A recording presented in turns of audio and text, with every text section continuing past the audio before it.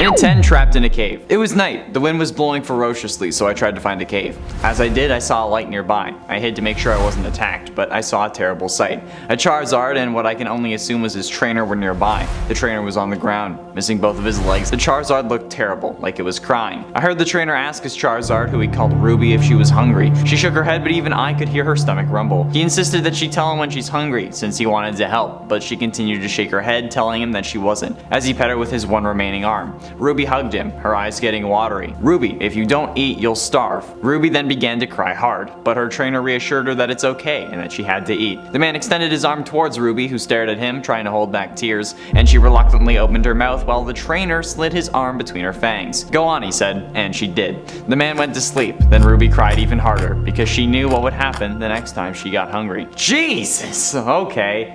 If you're as depressed as I am now, hit the like button. It really helps us out. It helps boost us in the algorithm, and it also lets us know that you want more terrifying Pokemon creepypastas that just make me want to hug my dog. And at 9, Demise. It only happened once, the evisceration of the Kalos region. It happened oh so long ago that I don't even think the elders remember, but I do. I'm not like most elders. I am AZ, and I remember when the legendary Pokemon Yveltal finished off its first life cycle. It's unknown when it was born or created, but when it was finished with this mortal plane, it doesn't go quietly. The destruction was vast, and the casualties greater than even the Pokemon War that occurred afterwards. Kalos, the region which this Pokemon called home, was destroyed, leveled by what can only be described as a catastrophic event. The death of this Pokemon sucked the life of the region, as if the region sacrificed itself in order to preserve the Pokemon. Yveltal was saved and created a cocoon of sorts that acted as a shield for the upcoming few thousand years, until one group, known as Team Flare, decided that disturbing the Pokemon that caused the end of the region was a good idea. Of course, they didn't know about the evisceration, they only thought those were stories, but alas, I wait for the destruction of the region once more. And at 8, Charizard!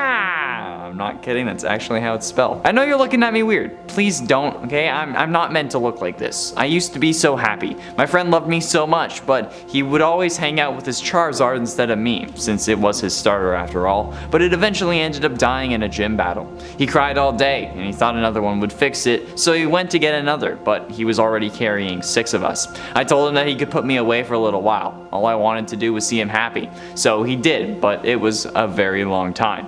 While in the PC, I could feel myself warping. It sounds strange, I know, but all I could feel was my skeleton being pushed and pulled in every direction. At first it seemed like there was no point to this, but over time the others in the PC did the same. They each started warping into something twisted. Something we all wanted to be for our friend, our trainer. Eventually we all warped into variations of the Pokemon our trainer had lost. We were all deformed Charizards combined with our original forms. I used to be a Bulbasaur, now I am a Charizard. Kinda. And at 7, Pokemon Deadly Y.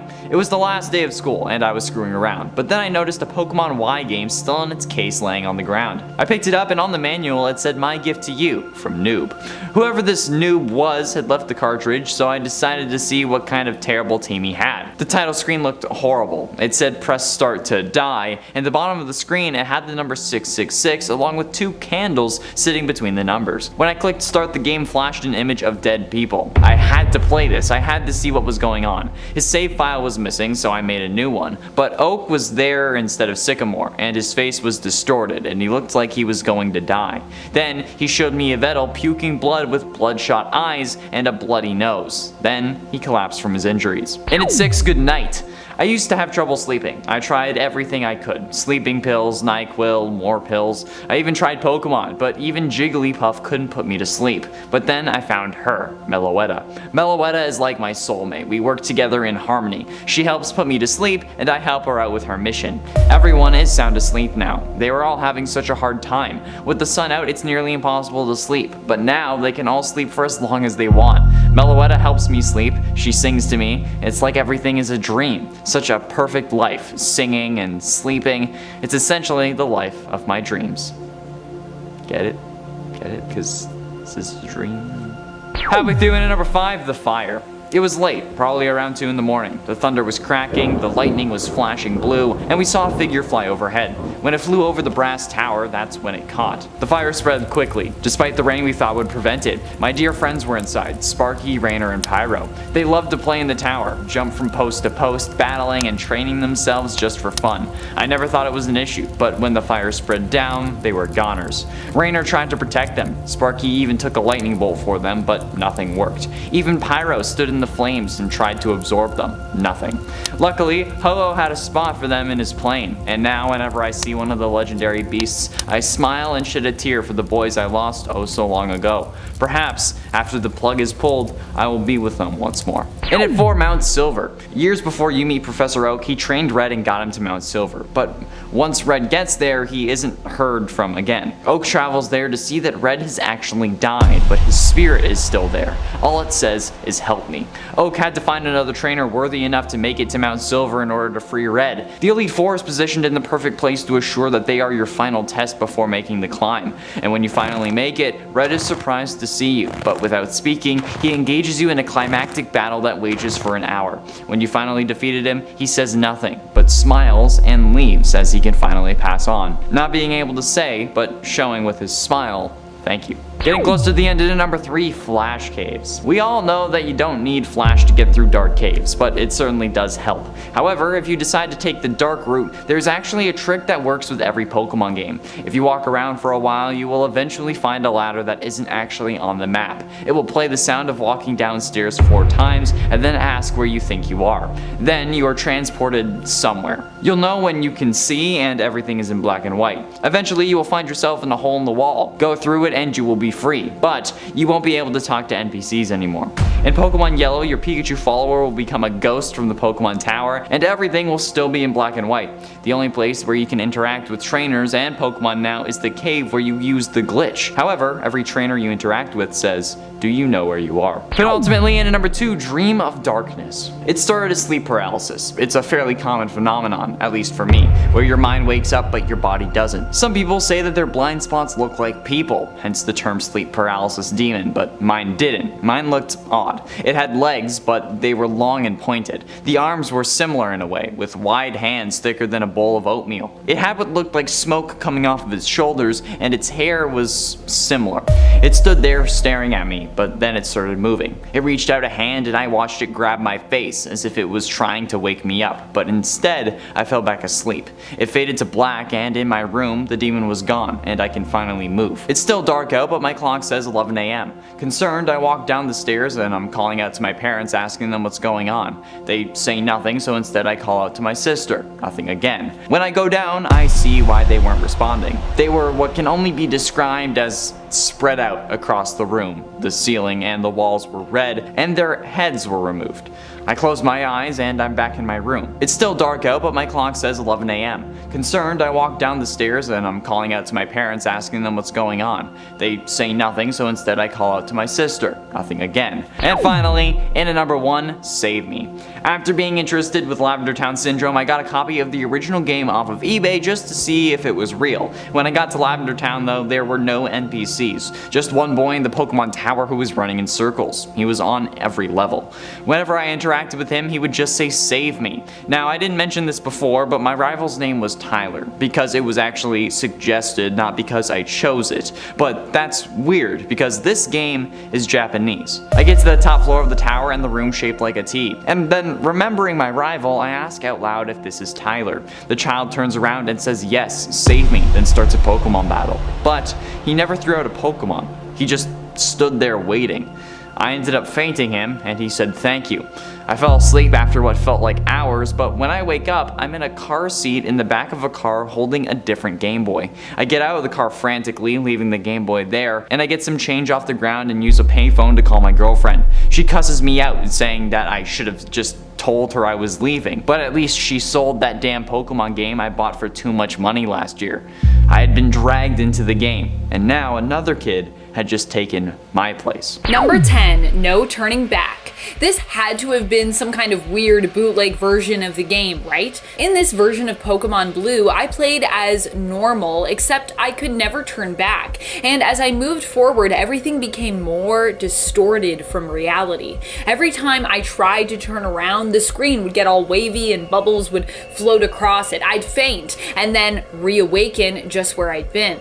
You'll drown if you go back, a title card on the screen warned, and yet moving forward only made the game get weirder and exposed me to despicable horrors. Pokemon I'd never seen before that appeared to be wounded or falling apart or horrifically mashed together in some way. Around every corner was new horror, but there was no turning back. Number 9, Pokemon Poison. This is a story that happened to a friend of mine. My friend Heather was a collector of Pokemon bootlegs and EXEs. The creepier they were, the more she enjoyed them, until she played Pokemon Poison. That was a version that swore her off collecting these games, and she told me it's a game that takes the idea way too far. In the game, you play as a Pokemon trainer whose only goal is to poison as many people in Pokemon as possible. You are forced to custom make your own potions and poisons, but even if you just want to try and ignore this part of the game, it won't let you. When she decided to only make health potions, they all became corrupted and turned into poison that caused her Pokemon to die. Number 8. Where's Dad? This creepypasta begins like this. I have always been a really big Red fanboy in Pokemon, and I ended up buying a secondary Pokemon Red game online on eBay just so I could play through 2 games at once without having to worry about anything happening on my previous game with my pristine game save file. I noticed instantly upon receiving the cartridge that it looked different. The sticker didn't quite match up. The cartridge almost looked like it was made of a cheaper, almost translucent plastic by comparison. It was either a bootleg or it was manufactured somewhere very different from my original game. Still, I gave it a shot. Being a huge Red fan, one of my favorite parts of the game is when you examine the SNES in the Celadon department store, and Red says, "Dad would like this." But in this game, instead, Red said, "Where is Dad?" I hadn't experienced anything weird in-game until this moment. Nothing creepy, no Lavender Town music driving me insane, no ghost Pokemon crying blood, but this for some reason really bothered me. When I left the department store, I saw a shadowy figure waiting for me outside. When I went to talk to him, his name was ZD. He only spoke in ellipses, 3 dots. But talking to him initiated a trainer fight, except we didn't have any Pokemon in front of us. My only attack was Dad! I used that, and lunging out of the shadows, I saw a figure, a full-on corpse, rotting zombie. ZD, who I was fighting, stood for Zombie Dad, and his attack was Eat. And before we move on to this next point, if you are enjoying these creepypastas, these creepy stories with me, be sure to show us that you are having fun and give this video a thumbs up. Number 7, augmented reality. John used to love playing Pokemon Go. He played every day on his way to work and every day on his way home. He even bought a separate phone just for playing at one point. With this new phone, he always had the AR experience on. He just thought it was so neat to see the Pokemon in his real life world. That is until one day, when a Pokemon seemingly jumped from the game into his real life. As he lowered his phone, the Bulbasaur seemed to blend into reality. It snapped at a nearby rider on the streetcar, and he leaped in their path to protect them, accidentally falling over into them as the streetcar lurched to a stop. "Excuse me," the disgruntled rider exclaimed in anger. I was just the Pokemon," John stammered, gesturing down towards it, but the person didn't see it. Much of his life continued in this downward spiral, with the Bulbasaur remaining unseen by anyone else except for John, and continuing to ruin his life, causing him eventually to lose his job, his family, his home, and ultimately, in the end, his life as well. Number 6, Pokemon Creepy Black. This creepypasta tells the story of a character who loves to collect bootlegged versions of Pokemon. They have been playing for years and enjoy seeing what kind of fan-altered games they can find and enjoy. One day they come across a game referred to as Pokemon Black. This bootleg version of the game introduced the player to Ghost. Ghost is a Pokemon who only has one attack, called Curse. In Pokemon Black, the player watches as other trainers and Pokemon appear to vanish when exposed to Curse, implying perhaps that they have passed on as a result of them being exposed to Ghost's attack. No matter which way the player approaches the game strategically, it always seems to end with a one-on-one battle after the end of the game, with the player's character becoming an elderly old man who is then forced to fight against and ultimately lose to Ghost in the end. They have one attack that they can use in their defense, which does no damage to their longtime Pokemon and now opponent. Struggle. Number 5, From Within. This is a true story, one that warns of what can happen when the line between fantasy and reality begins to blur, when you become so invested in games that they become like real life. Isaiah played Pokemon more than he did anything else. Whether he was at school, at work, he would find ways to play. He preferred baths to showers actually because it freed up his hands to play while washing. He was obsessed, to say the least. Isaiah had always wished that he could live life as though he were a real trainer.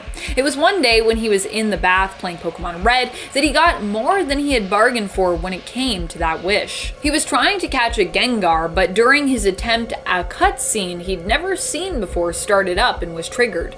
The Gengar he saw in front of him looked hyper-realistic, more realistic than his console should have even been able to show. "Do you truly wish to become the best trainer?" the Gengar somehow asked him. He selected the option yes, but the Gengar demanded he speak aloud his answer. "Yes!" he cried out. The Gengar then seemed to leap forward toward him and then emerged from the screen. It grabbed his face in both hands and pulled him through the screen. And the game console splashed down into the bath. Isaiah was gone, but the game continued. Number 4, Nightmare Attack. This was an attack I noticed my Kadabra had one day while playing in a game. Not sure if it was an error or a glitch or exactly where it came from. I just know that this happened to me and I don't know why. When used, Nightmare would cause no harm to the Pokemon, but after the battle I noticed the trainers were different. They would pass out near the end of battle, either when I was about to lose or run or just upon victory even. They would faint, and then when I left and tried to wake them up, I would get this creepy flash of them smiling and foaming at the mouth, like some kind of jump scare card. This glitch or error, I don't know what it was so bad that I found myself unable to play my game, or any Pokemon games anymore, without thinking about it. It's not only haunted my own nightmares, but constantly haunts me when I think of the franchise. Has anyone else had this Kadabra attack or knows where it comes from? Number 3, the Mystery Door. I had never been to this place. It was a department store that somehow appeared in a cave when I was playing Pokemon Red. I didn't know how it got there or where it came from, but I was curious. I went inside. There was a shop owner who looked normal, as well as some items for purchase. At the back of the store was a door, but when I approached it, the shop owner stopped and asked me, "Do you wish to open the mystery door?" My only option for responses was no. To which he'd respond, "Okay, if you change your mind, let me know. We can always talk about the cost to do so." I left the store, but every time I played would end up visiting it again during my session. It was such a weird place. The options for my answer always seemed to be the same, until one day they weren't. I noticed a second option. There was no, and then just an ellipses for another response. I chose the 3 little dots, to which the shop owner didn't respond. I was given another chance to choose between the same 2. This repeated a few times until I saw my character shudder and begin to vomit. Out of my insides emerged a tall, spindly creature shrouded in mist with bright red, glowing eyes.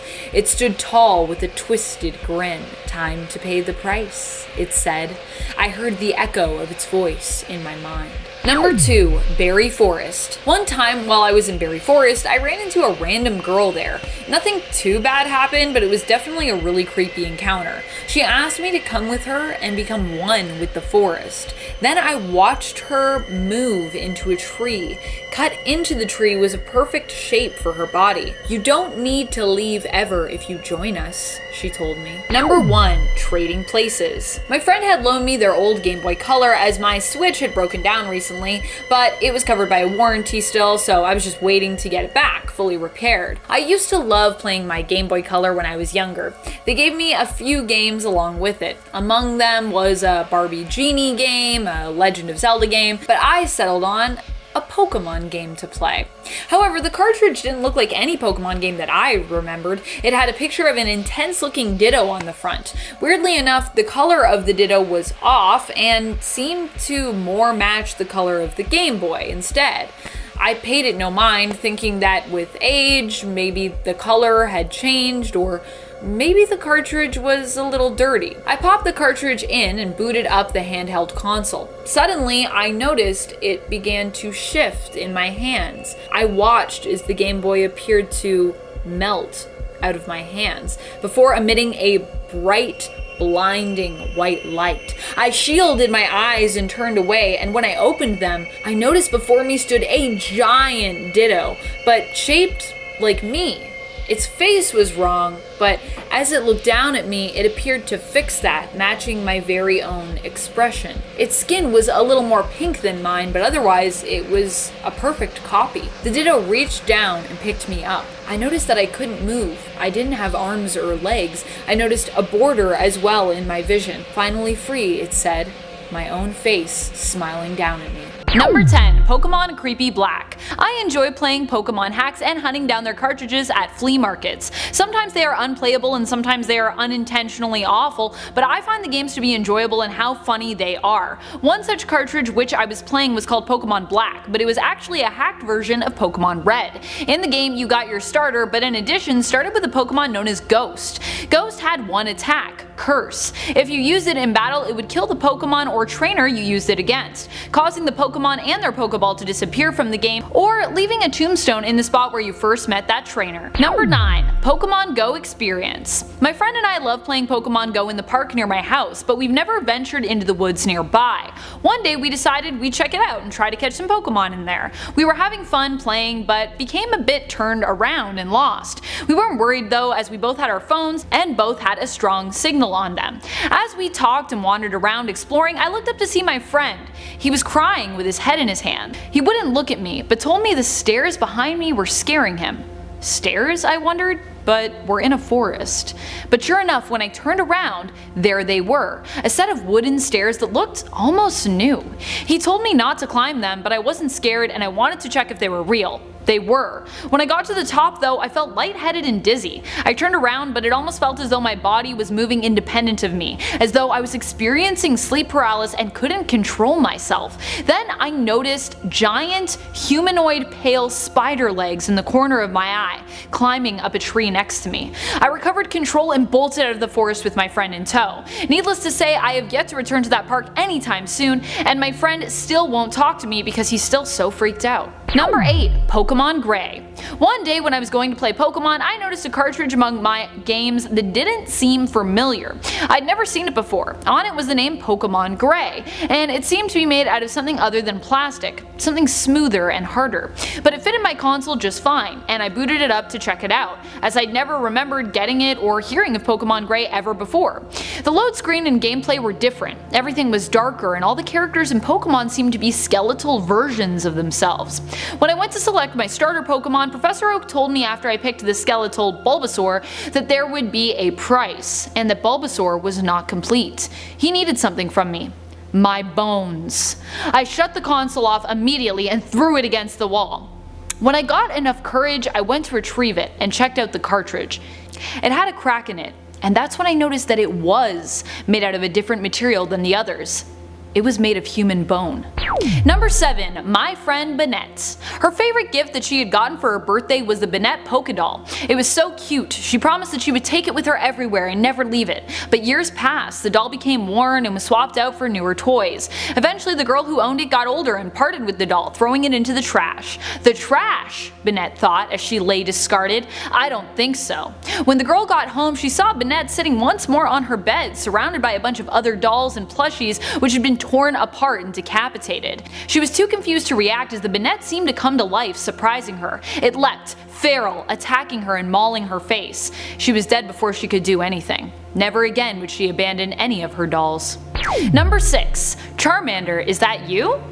This story happened to a friend of mine. My good friend Angie lives out in the country, pretty remote, and not a lot of people live around her and her family. It's just her and her dad and her little sister. They have a well out back, which is where all their water comes from in their house. I've never been a big fan of their water as it kind of has a funny smell to it. Whenever I would sleep over at Angie's, if I showered in the morning, I'd have to plug my nose because I found the smell so gross. Angie never seemed to notice it though. I guess she was just used to it.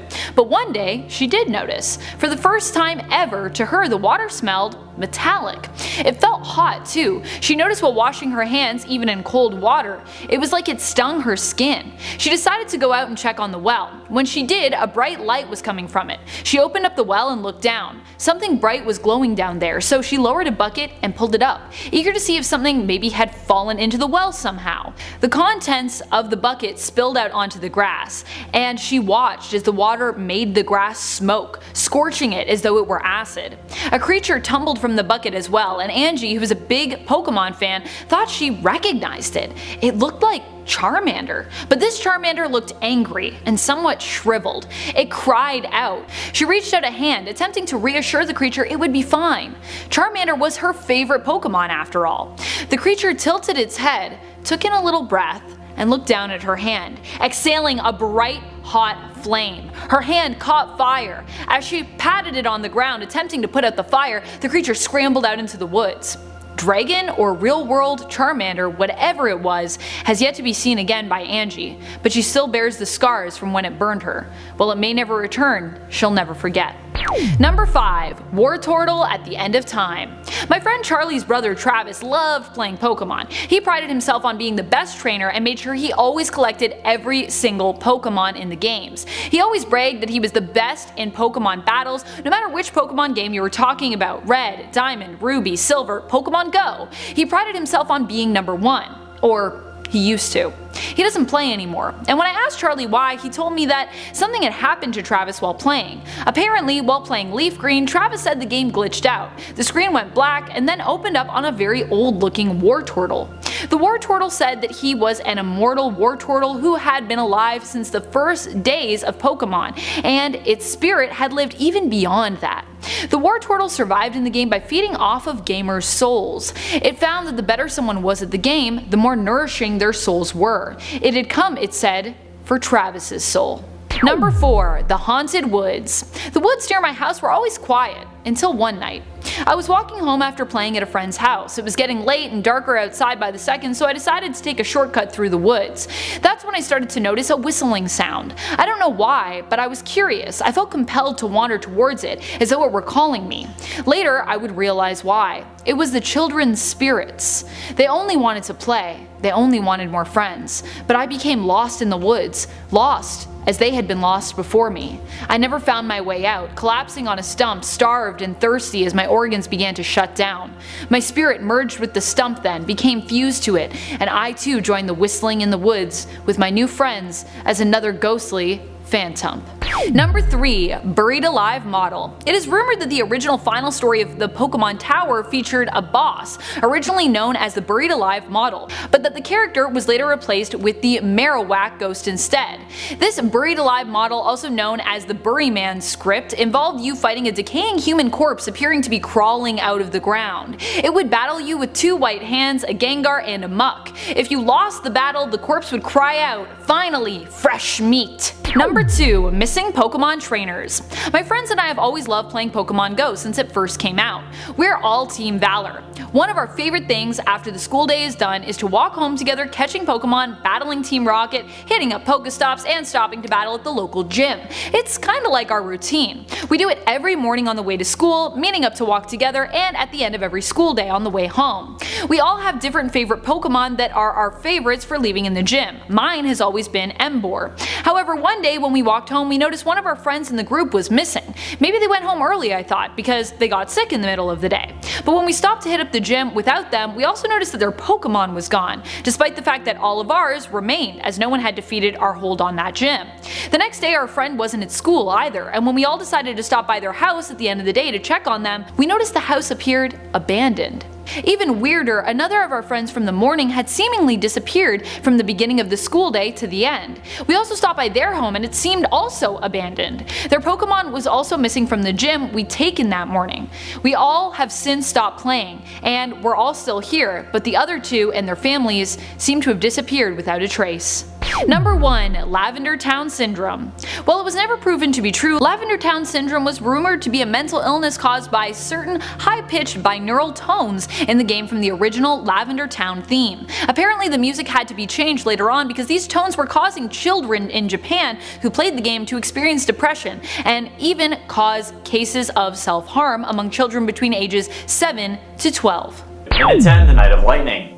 The gates are sealed. The attackers have retreated, mostly. There are a few stragglers left who wish to see their kingdom burn. They think they can be a hero. They think they'll save their kingdom. Pathetic. Their kingdom is ours and shall remain as such for eternity. The storms here are common, even more common than a battle in a tavern. However, the wonder of this village is at its end. We've had fun, but I think it's time to take another, and begin our reign over the regions. We have Unova, now time for another. Wait. Why did the storm just get worse? Just as I think that, I see it. The darkest shadow one could ever think of flying over the clouds. It's as dark as Darkrai, but not him.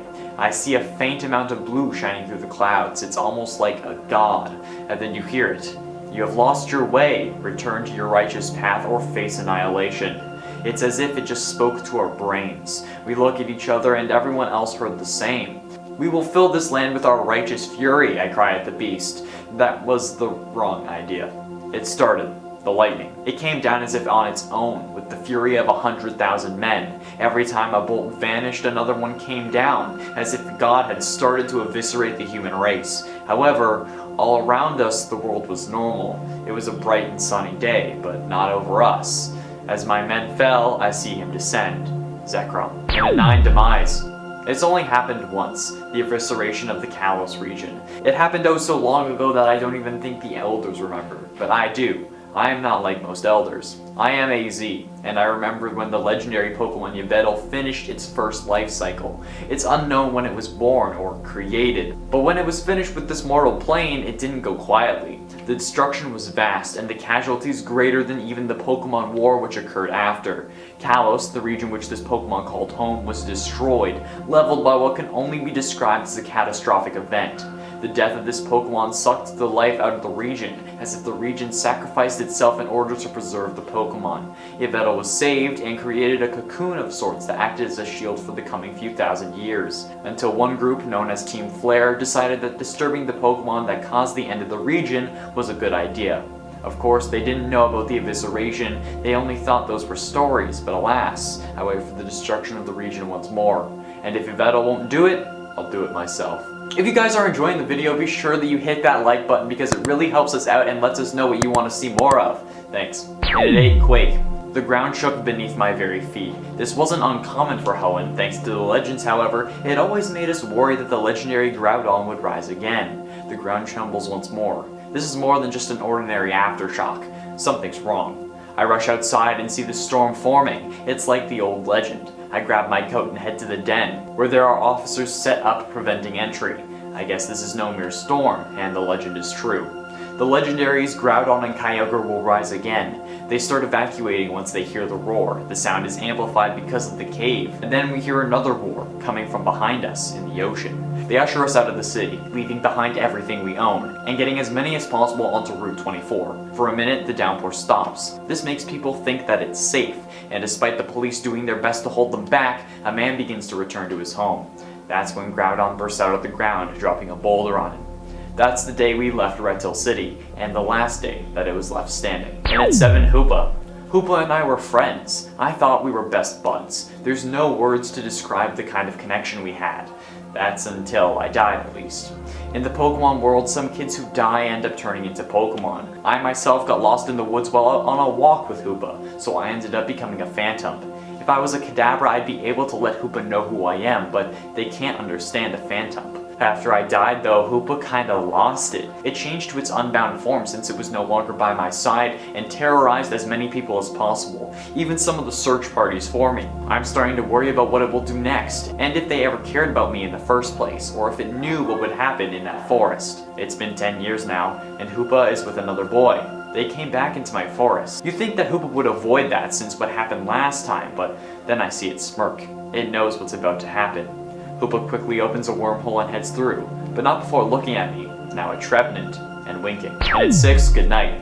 I used to have trouble sleeping. I tried all that I could, sleeping pills, NyQuil, more pills. I even tried Pokemon, but even Jigglypuff couldn't put me to sleep. But then I found her, Meloetta. Meloetta is like my soulmate. We work together in harmony. She helps put me to sleep, and I help her with her mission. Everyone is sound asleep now. They were all having such a hard time. With the sun out, it's nearly impossible to sleep. But now, they can all sleep for as long as they want. Meloetta helps me sleep. She sings to me. It's like everything is a dream. Such a perfect life. Singing and sleeping is essentially the life of my dreams. Halfway through number 5, Pokemon. Pokemon is so addictive. It's like the most illicit substance on the planet, but it's legal. It's like PETA and the devil had a baby and then they turned it into a reality. I have plenty of Pokemon. I can't always keep them in their ball, but whenever they're out, they seem happy. They love to go outside and run around in the backyard. Luckily, I don't have any flying types, otherwise they might fly away. My parents think I have too many Pokemon, but you gotta catch them all, right? Even Pokemon Control thinks I have too many. They keep trying to take them away, but whenever they do, I go back, get my Pokemon back, and grab another one while I'm at it too. It's like Pokemon Control is Team Rocket and I'm Ash. I tried putting a Pokemon in my PC a while ago, but it didn't work. It just started smelling funny, so I threw it out. Pokemon Control can take that one. My parents seem concerned, but can't they just see that I'm having fun with my life? Gotta catch them all. And at 4, the fire. It was late. Probably around 2 in the morning. The thunder was cracking, the lightning was flashing blue, and we saw a figure fly overhead. When it flew over the brass tower, that's when it caught. The fire spread quickly, despite the rain we thought would prevent it. My dear friends were inside, Sparky, Rainer, and Pyro. They loved to play in that tower, jump from post to post, battling and training themselves just for fun. I never thought it was an issue, but when the fire spread down, they were goners. Rainer tried to protect them. Sparky even took a lightning bolt for them, but nothing worked. Even Pyro stood in the flames and tried to absorb them. Nothing. Luckily, Ho-Oh had a spot for them in his plane, and now whenever I see one of the legendary beasts, I smile and shed a tear for the boys I lost oh so long ago. Perhaps, after the plug is pulled, I'll be with them once more. And at 3, Genesect. Genesect? More like genocide. That monster is unstable and should be put in the Pokemon graveyard with the others. They were already temperamental to begin with, but their leader, the Red Genesect, is ruthless. He's the one who started the original Pokemon War, the one that claimed the lives of millions of Pokemon. The Pokemon who put their lives on the line should be the ones who remain, not these goddamn unhinged monstrosities. They've nearly leveled all of Castelia City at this point. The psychopathic group led by their leader won't let any human live. I've managed to hide inside the debris of one of the buildings, but the moment they suspect something, I believe it will be the end.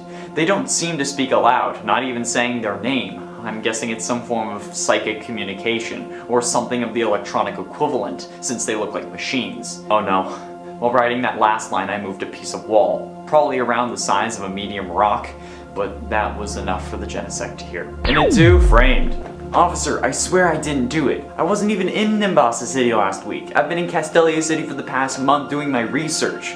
What, filling up that Pokedex? You seem to have the Pokemon that appear after Mistralton, which means you have to have had passed through Nimbasa. Why would you go back?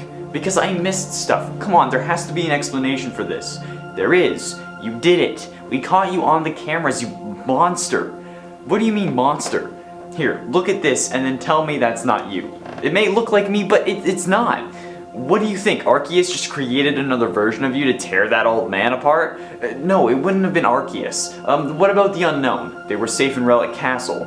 What about the Weather Trio? Unaccounted for, but we know it's not them. How? They don't have this kind of ability. What about a Ditto? A Ditto wouldn't be able to do that to a human. This was animalistic. How do you not remember? What if it was Zorark? We hadn't considered that. Well, we can't have you blabbing now, can we? The illusion fades as Zorark steps out from the shadows and reveals the bloody stained claws of the one, the only, Arceus. Finally, in number 1, Dream of Darkness. It started as sleep paralysis. It's a fairly common phenomenon, at least for me, when your mind wakes up but your body doesn't, and you're conscious and can see around you but can't move. Some people also have a blind spot while this happens, and most people believe it to be their sleep paralysis demon, since it can look like a person, but mine didn't. Mine looked odd. It had legs, but they were long and pointed. The arms were similar in a way, with wide hands thicker than a bowl of oatmeal. It had what looked like smoke coming off its shoulders, and the hair was similar. It stood there staring at me, like most sleep paralysis demons do, but then it started moving. It reached out a hand, and I watched it grab my face, as if trying to wake me up, but instead I fell back asleep. It fades to black and I'm back in my room. The demon is gone and I can finally move. It's still dark out, but my clock says 11 a.m. Concerned, I walk down the stairs and call out to my parents, asking them what's going on. They say nothing, so instead I call out to my sister. Nothing again. When I get down, I see why they didn't call. They were what can only be described as spread out across the room. The ceilings and walls were red and their heads were all removed. I close my eyes and I'm back in my room. The demon is gone and I can finally move. It's still dark out, but my clock says 11 a.m. In a 10, Pokemon Forgotten Yellow. After visiting my local GameStop, I had picked up 3 games at random out of the old Game Boy Games bin. After work, I took a better look at them and noticed that they were all kinda messed up. They each had a different color. The Pokemon Yellow cartridge was red. I took it and brought it inside, and luckily my Game Boy still worked. I selected a new game, however the actual game that loaded was the previous owner's save. A text box appeared with Professor Oak's name even though he wasn't around. He was talking about rain. And then that Jeff had blacked out, but this wasn't my save. How did it know my name? The character was named Arnold. The screen faded to black and I shut the Game Boy, but I could still hear Oak singing about the rain. I don't know why you could hear that considering how it was text, but whatever. And at 9, Pokemon Blood. Usually I like finding weird Pokemon games, and recently I found one called Pokemon Red Water. I'm seeing where this is going. But when the game loaded, it was called Pokemon Blood. Yep, there it is. I went to pick up my starter and got my usual selection, but they were all damaged. They had gashes and cuts all over. But I found out while playing that as it took damage, it lost skin. I said to myself that this shouldn't be possible, as the game may have been a hack, but it was still using Pokemon Red as a base game, and that game doesn't have these capabilities. But the game heard me. It responded, "You're smart, but not smart enough." I turned the Game Boy off and looked around thinking this can't be happening, but then the Game Boy opened and turned on and said it is happening. I stomped my Game Boy to pieces, but I don't know if I'm safe anymore. And at 8, Pokemon Deadly Y. It was the last day of school and I was screwing around, but then I noticed the Pokemon Y game still in its case laying on the ground. I picked it up and the manual said, "My gift to you, noob." Whoever this noob was had left the cartridge, so I decided to see what kind of terrible team he had because I'm such a pro. The title screen looked terrible. It said press start to die, and the bottom screen had the number 666 along with 2 candles sitting between the numbers. When I clicked start the game, it flashed an image of dead people. I had to play it. I had to see what the hell was going on. His save file was missing, so I made a new one, but Oak was there instead of Sycamore. His face was distorted and he looked like he was going to die. Then he showed me Yveltal puking blood with bloodshot eyes and a bloody nose. Then he collapsed from his injuries. And at 7, Pokemon Bad White version. On September 5th, 2012, I had just gotten Pokemon White version for my birthday. I opened the box and there was no logos on the inside, just a completely white cartridge. I loaded it up and all the colors were diluted, like the saturation had been turned down a lot, but not entirely. There was already a save file with my name on it, and it said 7 hours played, and my Pokedex was nearly full. How in 7 hours could I have done all that, especially when I hadn't loaded the game before? When I loaded the game, I got a message saying leave me alone now, and then my Snivy ended up dying. It flashed a picture that made me sick to my stomach, enough that I could feel my lunch rise to my throat, but I managed to suppress it. A Pokemon battle initiated and it was something I had never seen before. It said it was a pit of, but its flesh was exposed and torn. It used Screech and that sound was unbearable. It curdled my blood and irritated my skin. Even after closing my DS the sound kept playing. Only smashing it was the way to end it. And at 6, Pokedeath. What do you really know about Pokemon? Let me tell you, Nintendo lies. I had recently got a copy of Pokemon X, but the start was like black and white, and instead of Zekrom or Reshiram, it was Banette. When the game started, all the NPCs would say either a letter from Banette's name, death is from the doll, or ask me to borrow an escape rope so that they could hang themselves. Dude, just get a noose on Amazon. At least they asked politely. If I gave them one, a live action scene would play showing them doing it. If I said no, they would say screw you, won't you let me escape from living in this hell? Professor Juniper was not at her lab, only a grave in her spot. It said that the world was being destroyed by the doll, and it told me to take one of the Pokemon to kill it. I picked Oshawott and walked out of the lab. I was instantly put in a battle with a level 100 Banette. It bullet punched my Oshawott and sent it flying off screen. And then, it turned its gaze to me. And at 5, Charizard! I know you're looking at me weird, but please don't. I'm not meant to look like this. I used to be so happy. My friend loved me so much, but he would always hang out with his Charizard instead of me, since it was his starter after all. But eventually, it ended up dying in a gym battle. He cried all day. But he thought that another one would fix it, so he went and got another, but he is already carrying 6. I told him he could put me away for a little. All I wanted to do was see him happy, so he did, but it was a very, very long time. While on the PC I could feel myself warping. It sounds strange, I know, but all I could feel was my skeleton being pushed and pulled in every direction. At first it seemed like there was no point to this, but over time, the others in the PC started doing the same. They each started warping into something twisted. Something we all wanted to be for our friend, our trainer. Eventually, we all warped into variations of the Pokemon our trainer had lost. We were all deformed Charizards combined with our original forms. I used to be a Bulbasaur, now I'm a Charizard. Kind of. And at 4, trapped in a cave.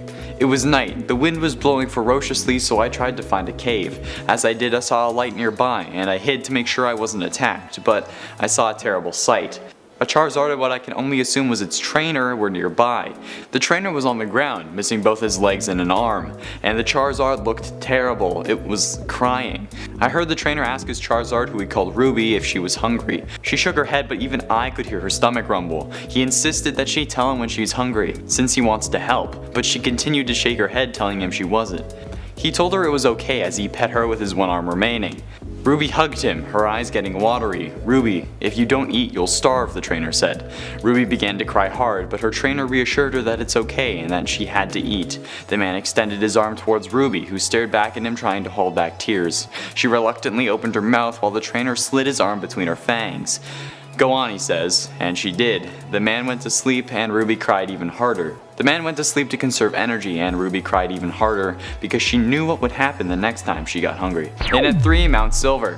Years before you meet Professor Oak, he trained Red and got into Mount Silver, but once Red gets there, he isn't heard from again. Oak travels there to see that Red has actually died, but his spirit is still there, and all it says is "help me."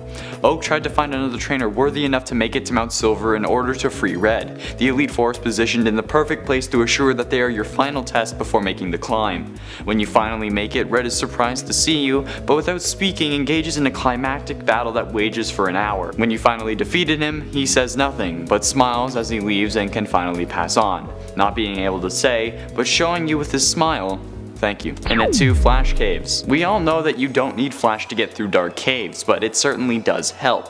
However, if you decide to take the dark route, there is actually a trick that works with every Pokemon game. If you walk around for a while, you will eventually find a ladder that isn't actually on the map. It will play the walking downstairs sound 4 times, then ask where you think you are.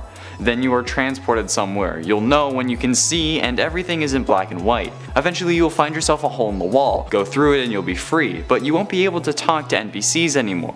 In Pokemon Yellow, your Pikachu follower will become a ghost from the Pokemon Tower, and everything will still be in black and white. The only place you can interact with trainers in Pokemon now is the cave where you use the glitch, and if you try to talk to trainers, all they will say is, "Where do you think you are?" and then you will hear the sounds from before, along with screaming and a thud. Finally, in at number 1, Save Me. After being interested with Lavender Town Syndrome, I got a copy of the original game off eBay just to see if it was real.